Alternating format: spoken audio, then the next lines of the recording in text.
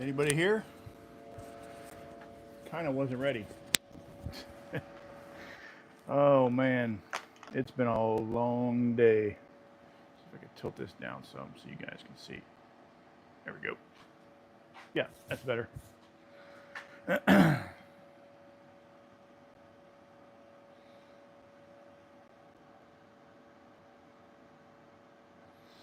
Well, somebody's here.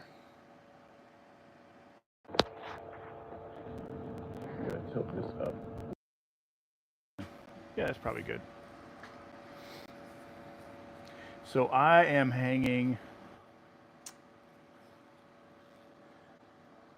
2 RedBeard Kentuckys. What's up, Big Earl? How you doing, man? Who else is here? True Time Fishing and Adventure. I am doing great. It's hot. It's 88 degrees in the shop, but I get to hang an axe, 2 of them. 2 of them. Step back so you can see. Yeah, there you go. So these are my designed RedBeard Kentuckys. Here, let me pull this tape off. That would probably be good. You can see.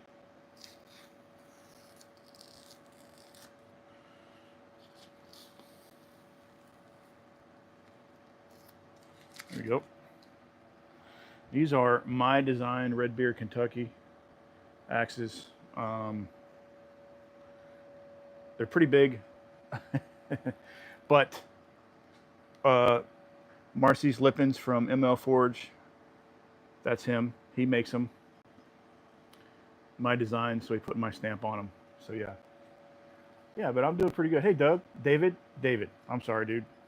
Let's see. I gotta get a weight on these because one of these goes on a feller's handle and the other one goes on a curvy handle. The heavy one is obviously going on the curvy handle, the feller's handle. I usually build 2 at a time, mainly because it's more efficient. So this is the 30-inch curvy handle. You know, I've already treated it with iron acetate.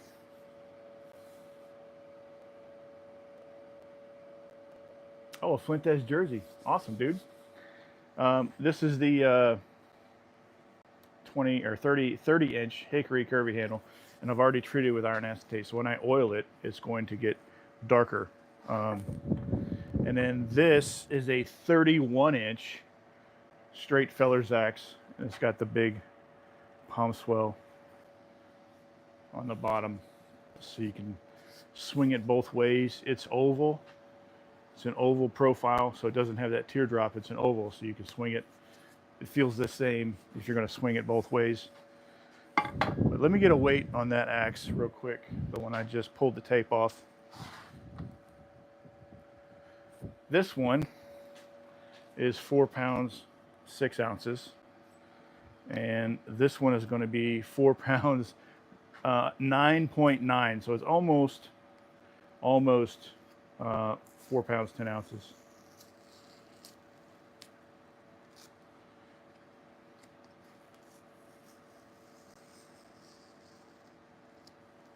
Something satisfying about pulling tape off and things like that. So let's see.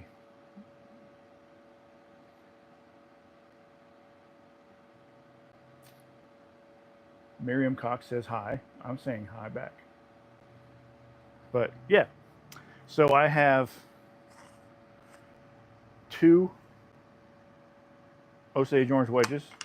I like Osage orange for the RedBeard Kentuckys because it kind of matches the theme that I got going on with the paint. I'm going to show you guys the paint real quick.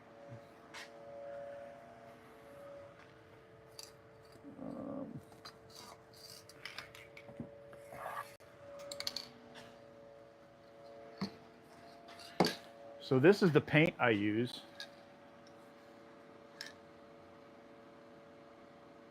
How did you come up with the feller's design? So a feller's axe, a feller's axe is straight. So they're made to be, you know, both sides swung both ways. So it would only make sense that it feels the same, whichever way you turn it around. And also, they like to have big swells on the bottom. There's one other maker that's doing I think West Coast saws. They have pretty big swells. That's kind of where I got the idea from them. But it makes sense. It just makes sense because, you know. But I don't like rough edges because if they put it in their scabbard, if they have an axe in their scabbard, you don't want the rough edges kind of. You don't want them snagging on things. So that's the thought behind my process. So the paint that I use for these is this Duplicolor metal cast anodized paint, and this is copper orange anodized. I don't know if you can see with the glare, but they have different colors. They have red. Which this goes on a lot darker, and they have blue, and the blue isn't bad, but this is, if you'd like to restore a Kelly Perfect, this is the color to get. And this was the first color I got to restore a Kelly Perfect, and then I was like, oh, they have different colors.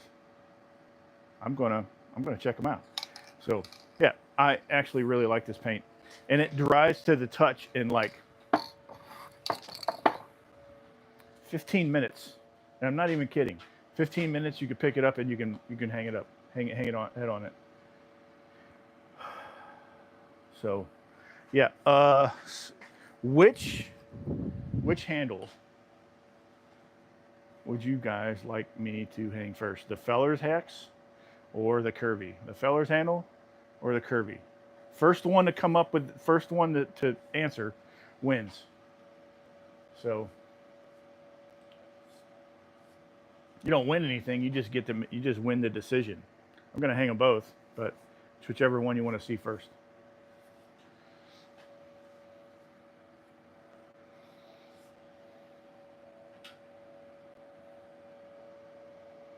The Fellers. You got it. Put this one over here.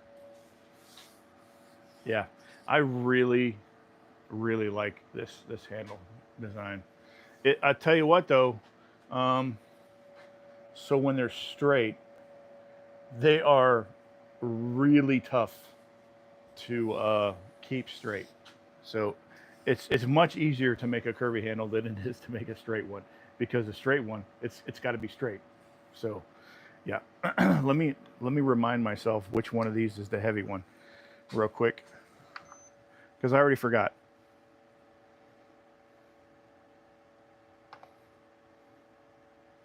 Okay, this is the heavy one. So I'm gonna set this here, and I also labeled my that's for the big one, that's for the little one, because I pre-make these to kind of make things easier for when I'm filming.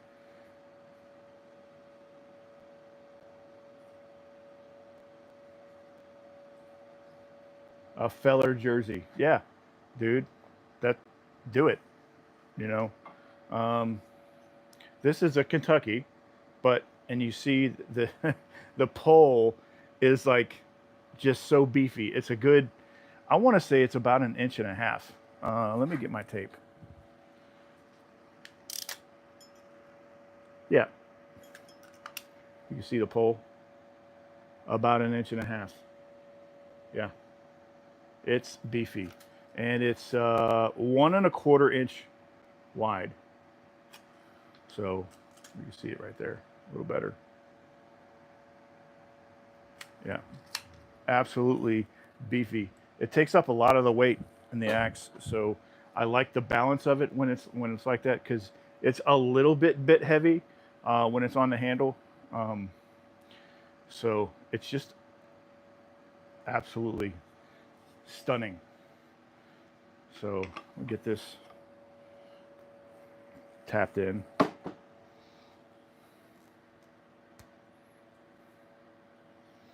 Yeah.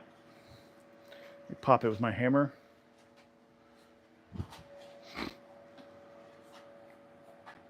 So I also rounded the edge on these, just to make sure that I don't chip any edges off. When you get that high-pitched ding, that lets you know that you're there.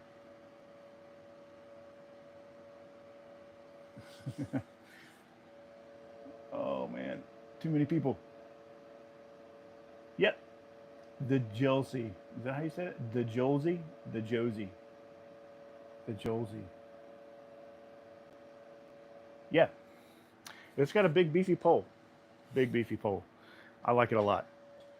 It was kind of you see when you're holding it and you just kind of let it go, it's a little bit heavy, a little bit, just kind of leans a little bit forward. So to me, that is right about where you want it as far as for a feller's axe. So I'm using this, trying to see if I can get, I want walrus oil to see that I'm using their stuff. So maybe they'll give me a call. Walrus oil, give me a holler. But anyway, get this in there. My hammer, my mallet. You guys see? Yeah, okay.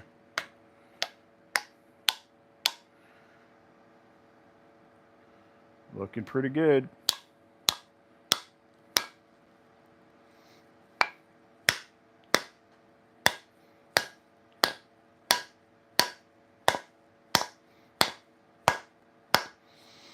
Hear that thunk? That means we're there. It means it's not going any further. But I did get a little bit of a smash, but that's okay. I'll cut it above that anyway, so that's not a big deal. So let me set this aside. Oh, you know what? I can go ahead and cut it. Let me find my cardboard. I got a piece of cardboard right here so I don't mess things up.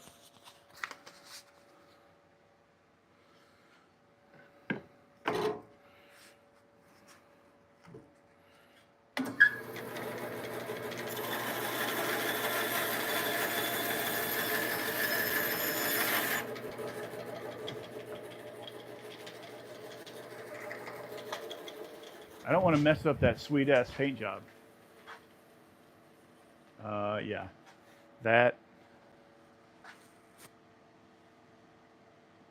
is pretty freaking fantastic. Look at that. So it's wedged, just got to sand it down. Let me grab the other one and we'll get started on that. See what anybody, yeah, 4-pound spitter. I follow you by another alias. Care to let me know who you are? Maybe a tip, maybe a clue where I would know. So the next axe is, oh, hey babe. There's Vanessa. Everybody say hi, Vanessa. She's hanging out. She's on her way home from Louisiana. But this is a 30-inch curvy. Yeah.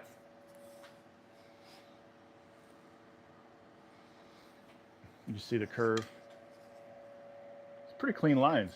I kind of like it.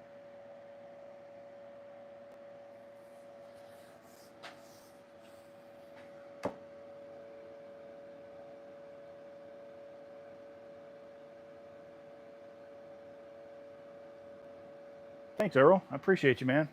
So I'm going to, this is a 4-pound, 6-ounce RBK.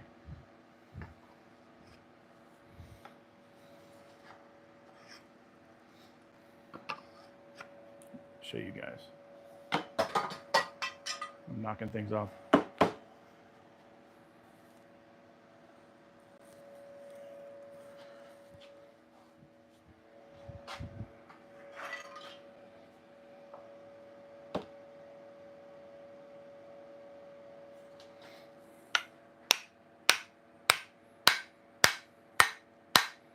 Did you hear that sound pitch change?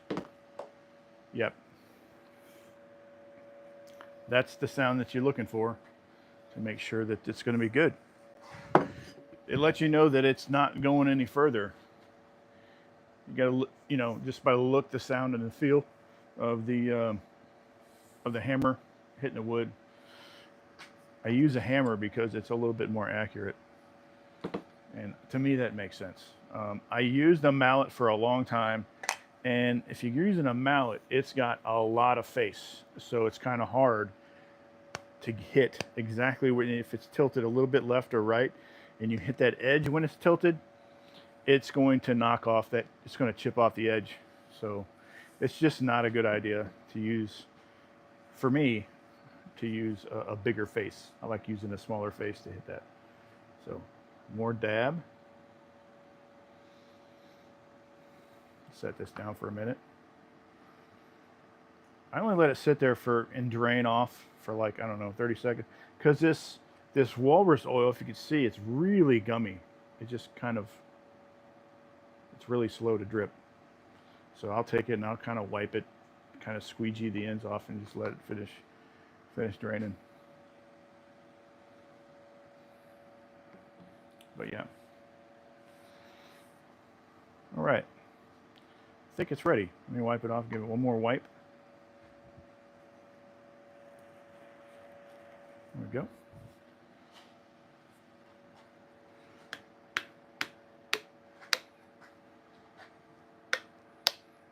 So I use small taps.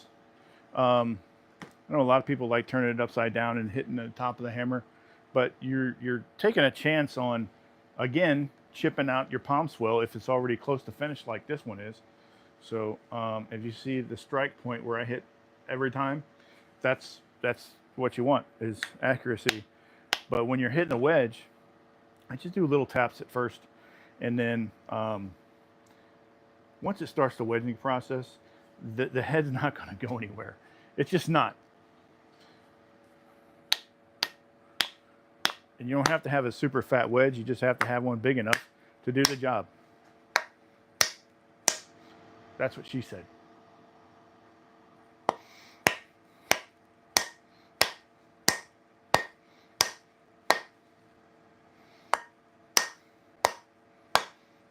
I think that's it. I think that's it. You see that? Yep. Man, these things are just absolutely sick. Let me go cut this off with the bandsaw, and I'll be right back.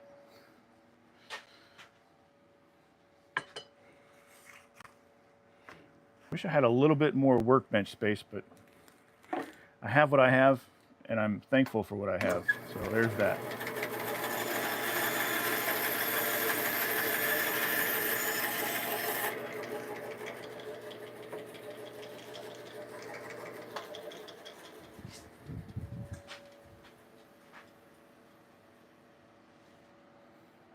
Dude, ML Forge heads, axes. ML Forge, he's the one that makes my RBKs. They are just a joy to hang. They're just a joy. And that's the reason why I picked him to, why I hired him to make my axes, because I absolutely love his work. Huge fan of it. And now I have my own axes. So I love it. Let's see.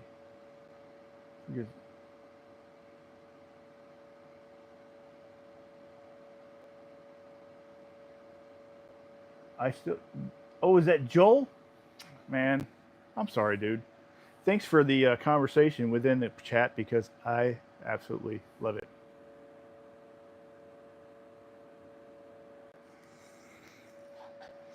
All right, let's sand these. I'm going to do something a little bit different because it's hickory. Sorry about the wind noise, but this is 120. I'll pull these off. I'm going to start with 60 and then go to 120. Just to kind of, it's just easier.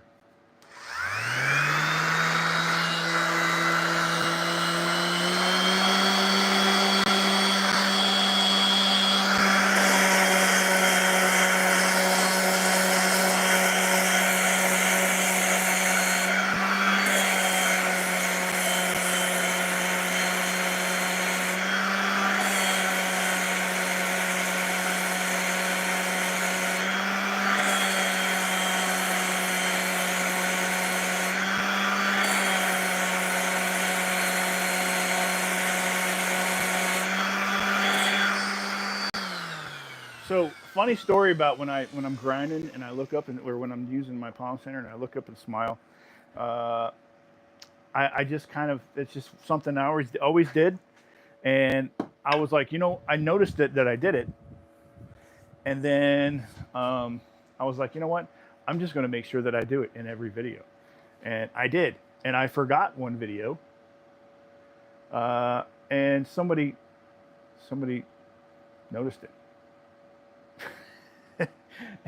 It was kind of funny, enlightening, and also funny.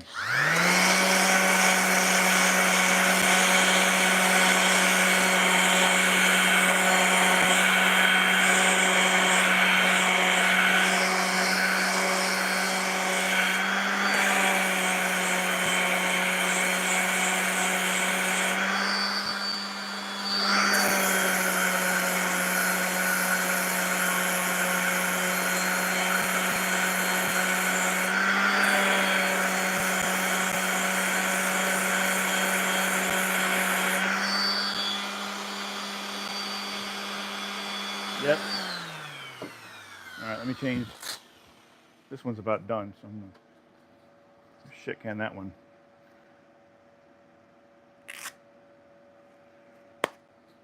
And this is 120. I'm not doing any more than that.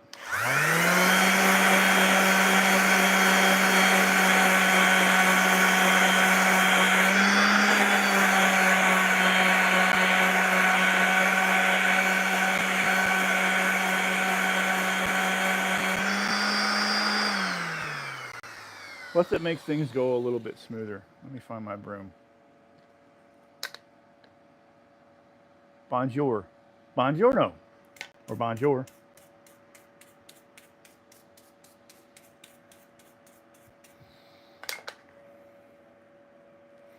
Look at that Osage orange wedge. Oh man, look at that. All right, let me hit the other one with 120, and then we can add oil.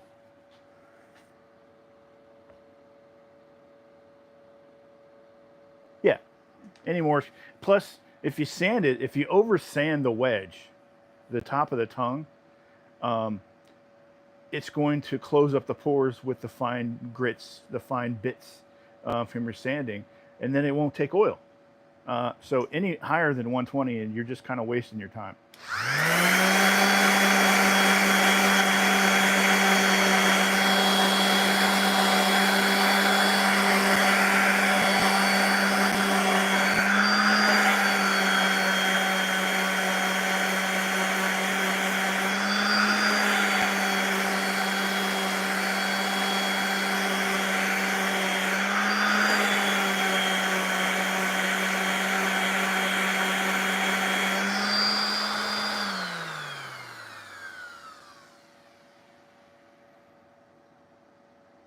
That's it.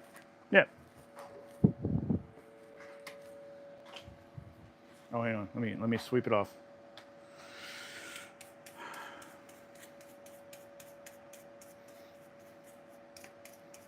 So I did count the RedBeard Kentuckys. I have one left. So if there's anybody that wants one, you need to let me know very quickly. Shoot me an email at redbeardrbk@yahoo.com. redbeardrbk@yahoo.com. No, not RedBeard. RedBeard KNT. KNT. RedBeard KNT @yahoo.com. I'm not doing an oil dance. That is Joel's job. I'm not taking that away from him. Plus, I can't play music while I do this.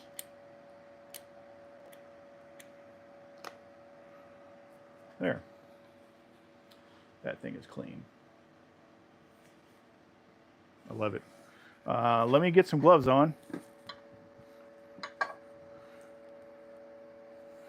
This one is a completed RBK. It's a little dusty, but it's, look at that heartwood sapwood combination. Is that freaking gorgeous or what? And it also has a couple of little pin knots that I filled in with, what do you call it? Super glue. Yeah. I contacted the customer. He was like, let's do it. I like the way it looks. So, yeah. Waiting on that one. I need gloves. Hang on a second.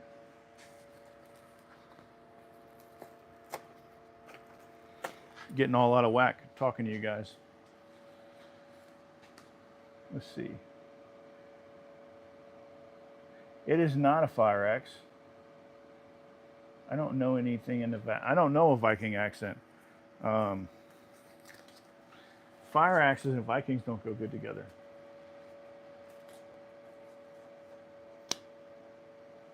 I'm not doing an oil dance. It's not going to happen.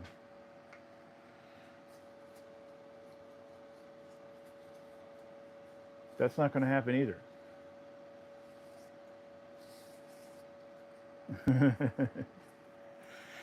Oh, man.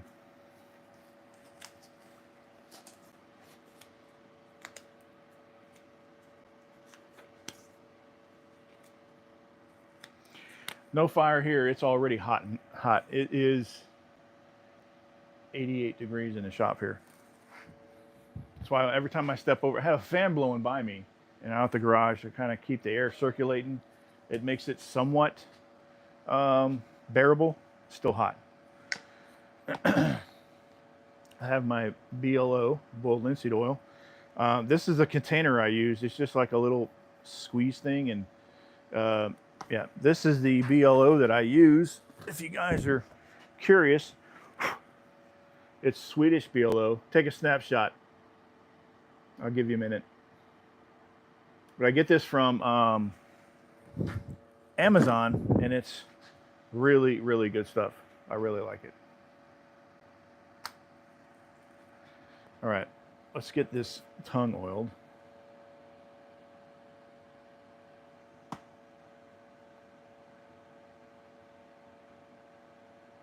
Get it all?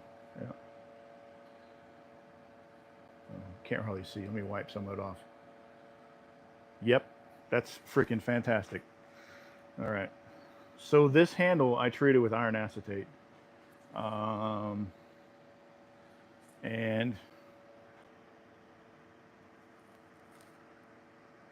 well, I torched it first to give the grain some color, and then treated it with iron acetate, because that torching kind of helps bring out the grain. Wow, this thing's really thirsty. I'm gonna have to do it again. No, that's good. It's got good coverage. That just means I won't have to wipe it off too much.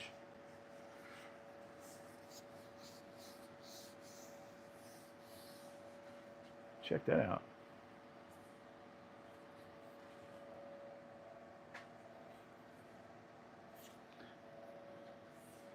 And the wedge.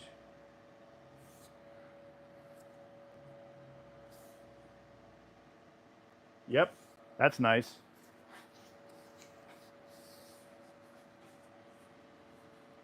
Thanks, Mike. I appreciate it, man.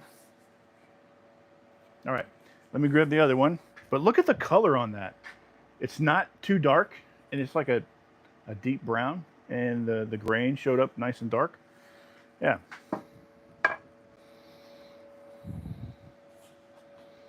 Let's see. You need one of those. Yeah, I know. I've been telling you. And here's the faller's axe.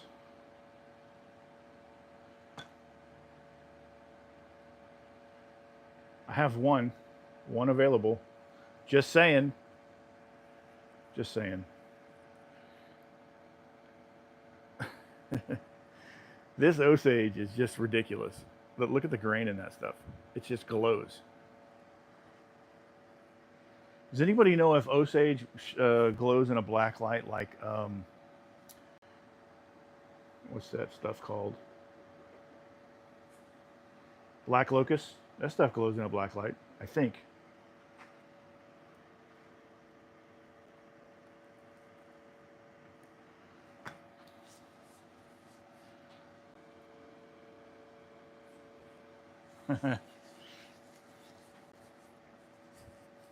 Dude, I'm so proud of you, man. I really am. I know you're kind of in the dumps and worried about things, but dude, you freaking you stuck with it, man, and that I'm proud of you for. Look at that. Freaking 31-inch Faller's axe.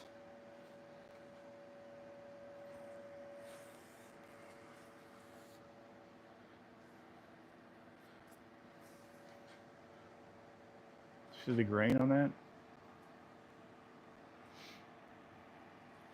And the palm swell. That's nice. Yeah, I know. I know you need to start a new job first, but you know, dude, I'm proud of you. I'm still proud of you. So, I put my maker's mark about right there with my laser printer, my laser engraver. Yeah, that thing. And but this Faller's axe is. I'm gonna back up so you can see the whole doggone thing. So I'm gonna try to every time I hang two RBKs, I'm gonna try to do a live right at this stage, where I do the fit and finish, so you guys can see them come together live, because this is the best part, right? Just watching it all happen, real time. Yeah, it's freaking cool, man. These are this Faller's axe is just sick. Oh my goodness. Look at that handle.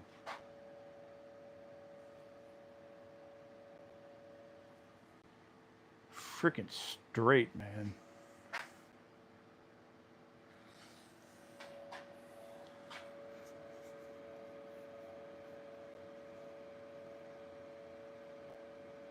I don't know what fruits comes from no sage orange. I don't think it's a fruit tree. I think it's just what they call it, probably because of the color and the area that it comes from, the color of the wood. It's kind of a weed tree from what I understand. But yeah. So this video is going to go live shortly after the live ends. So do me a favor, go back and revisit it and let me know what you think. Not only in the comments, but you can comment on the video once it posts. These are cool. I really enjoy showing you guys these axes. Let's see. Here we go. Yeah.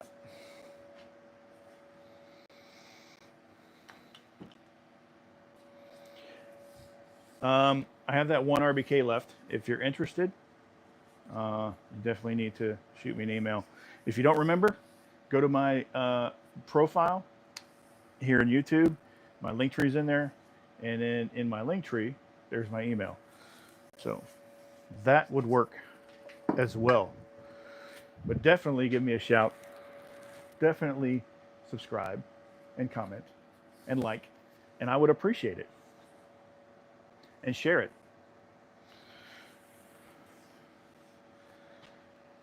But if anybody has any questions for me, now would be the time. And I'll be more than happy to answer whatever questions that I have, or whatever questions you may have.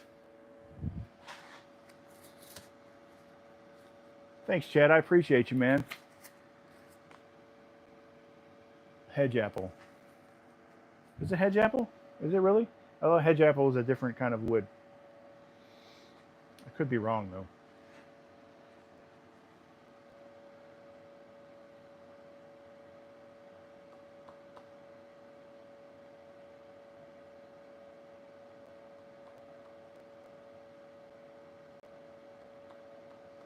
Does anybody have any questions? Also, so this thing's a little dirty. I did close the list on the Mississippi pack axe, but I do have some slots open. And if you're on the list, then you'll definitely have the opportunity to get one. If you're not on the list and the list fills up between now and when I get them, then you're going to have to wait until the next order or till someone else or until someone drops out. But this is the Mississippi pack axe.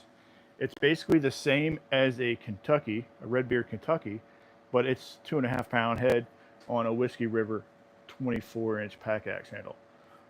They're not going to come like with this curly handles. They come on a standard just hickory handle.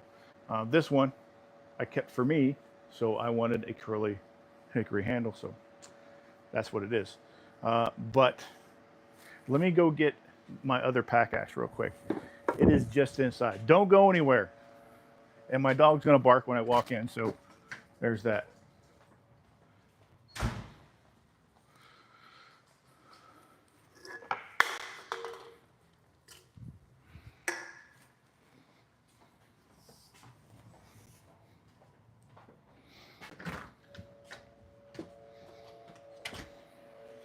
All right, I'm back.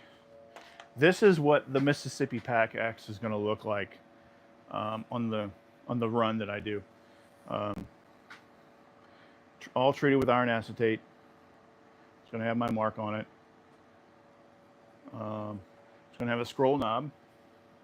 Like I mentioned earlier, I don't like sharp edges. So when you're using it, it doesn't get any snags. Also, if you want to be on the list to get one of these, shoot me an email. If you're on my socials, you go to RedBeard Knife and Tool on Facebook and hit me up there. Shoot me a message, and I'll answer you. 2.5 pound head, and this also has a longer pole than most axes, so you can turn it over and use it for a wedge banger, a truck axe, whatever. Yeah. In my opinion, this is probably the most perfect axe. That's why I made it this way.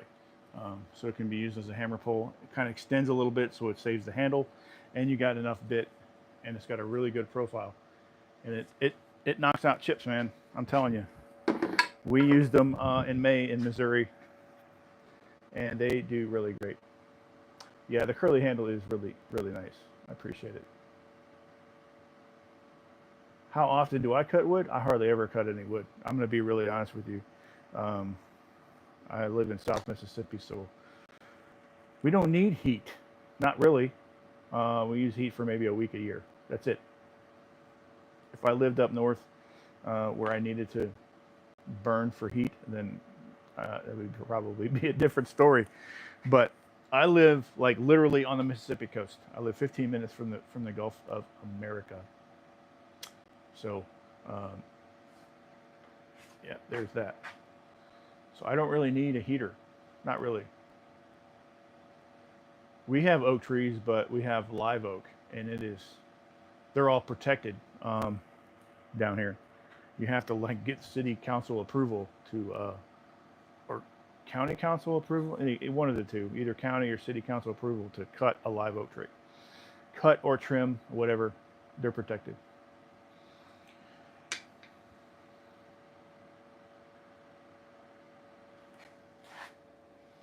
But anyway, fellas, ladies, I'm going to bounce out of here.